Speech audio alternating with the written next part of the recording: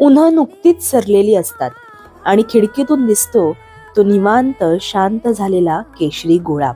दुपारच्या झोपेतून आजी बेडवरून उठते आणि तिच्या अस्ताव्यस्त पांढऱ्या आणि विरळ झालेल्या केसांचा अगदी टिचभर येणारा अंबाडा वळते. आबांना उठवते आणि स्वयंपाकघरात जाते. आबा टीव्ही चालू करतात, आपली आराम खुर्ची उघडतात आणि दुपारी लागलेल्या गाण्यांच्या कार्यक्रमात रंगून जातात. अरेच्चा, आबा दिसले, खुर्चीही दिसली, पण चहा? आणि मग आठवणींची मूळ तार जुळते.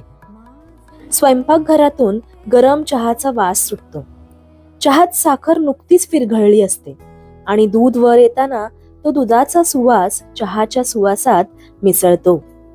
आजी कपात चहा ओतते आणि दोघेही गाणी ऐकत ऐकत दुपारच्या चहाची मजा घेतात.